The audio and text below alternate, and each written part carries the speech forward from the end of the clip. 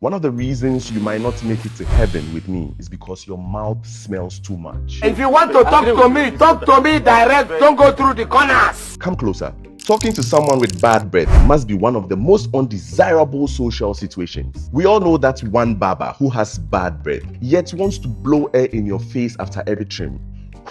And that's one friend who insists on whispering every concern very close to your ears. Your mouth is smelly. Now, because Bra Kwame has decided not to pay any attention to all my tips on oral hygiene, I have traveled far and beyond and requested the services of an expert. Because this year, by fire by force, you must have good breath. No mercy for the clip. He's a natural creative who brings out the magic in everything he touches. From clothing, all through hospitality and events, you can find him in there somewhere. Today, however, he's here in full capacity of what he's known for, a dental surgeon. Ladies and gentlemen, Dr. Felix Addo, aka Doro. Clap for your hands. Clap for your hands. You yourself clap for your hands. You're welcome, my brother. Thank you very much. Nice one. The next time you join us, you'd have to explain or tell us the reason behind the name Doro. But for now, people are killing themselves with bad breath. You have to help us. So let's delve right into it. Sure. Are we ready? We are ready. Nice one. Are there people born with bad breath? In other words, is there a medical condition for bad breath? Yes. So, I mean, the medical condition for bad breath, the term is halitosis. Oh. And as to people being naturally born with it, yes, you can be born with some conditions that will predispose you to bad breath. So, yes. Oh, okay. That's that. What causes bad breath? There's not one thing that causes bad breath. Bad breath is multifactorial. And so it can range from you having local factors in the mouth. When I say local factors, like, calculus, or what you call boku. Okay. To tonsillitis, you having tonsillolates, tonsil stones, to other external factors like ear infections, even diseases of your liver, the stomach. All those things can manifest as bad breath. That makes it a bit more challenging to diagnose and then treat. Today we'll punish you people. Brushing twice a day.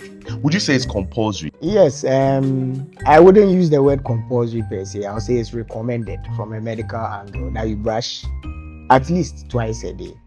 For 2 minutes, use a fluoride toothpaste, proper brushing technique, and a good brush. It is important because of how our diet is and the duration that you have with food on your teeth, the contact time. Right. You can use other things like chewing sponge, chewing stick. They are not bad. Okay. But once you have the components like fluoride, you are using the right technique, right duration, right frequency, that's at least twice a day. Okay. You are fine. I have come across a couple of people who brush after every meal. Is it necessary or they are just doing too much? I wouldn't say it is necessary per se, but maybe those people have some peculiar reasons why they brush after every meal. For instance, if you are wearing braces. Oh, okay. So I mean, with the brace, I mean the conventional one, not the more modern, because of the design. You can have, it serves as a source of plaque retention. Okay. If you don't brush well, and it takes more dexterity, and you have to be a bit more meticulous when you're brushing.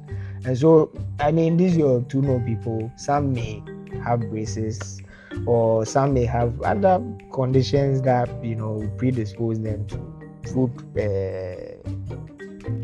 accumulation. Right. To be fair, these two people I am referring to, honestly, they were all wearing braces. So okay. This explanation makes a lot of sense. Okay, I mean, sure. That's good. That's a good point. For people who already have bad breath, what should they do? Because trust me, these guys know that their mouth smells. They know it. What should they do? So for such people, first of all, I'd like to tell them, don't panic. Most important thing, they should see a dentist. Okay. After seeing the dentist, you would know what actually is causing your bad breath. Because as I said, it can be multifactorial. So it can range from the specialty of dentistry to ENT surgery to general medicine, multifaceted. So I think because the oral cavity is the primary source of whatever you are perceiving, the bad breath, Once you see a dentist, we are specialized or we are trained to narrow down and see whether the cause is local, intraoral, or extraoral.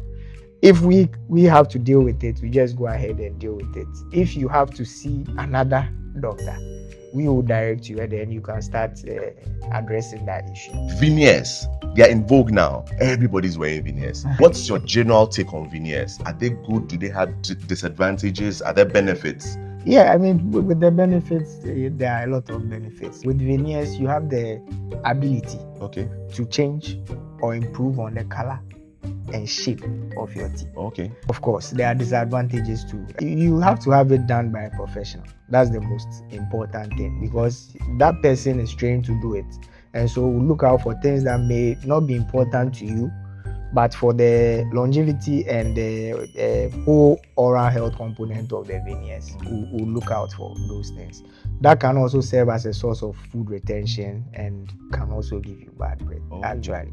Yes, and if it's not done well too, you can easily have issues with it, a bit of it fractures or breaks off.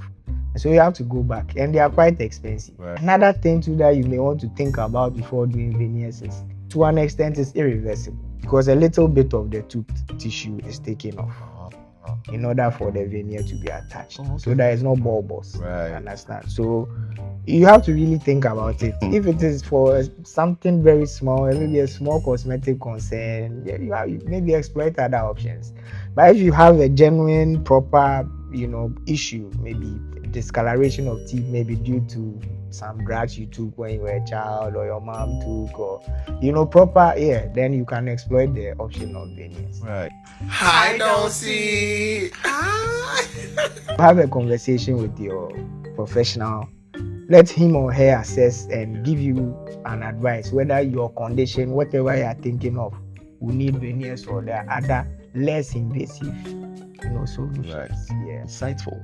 That's your camera right there. I need you to look in there and tell my audience. Tell them what your top 2 tips for proper oral hygiene is. Tip number 1, brush at least twice daily for at least 2 minutes.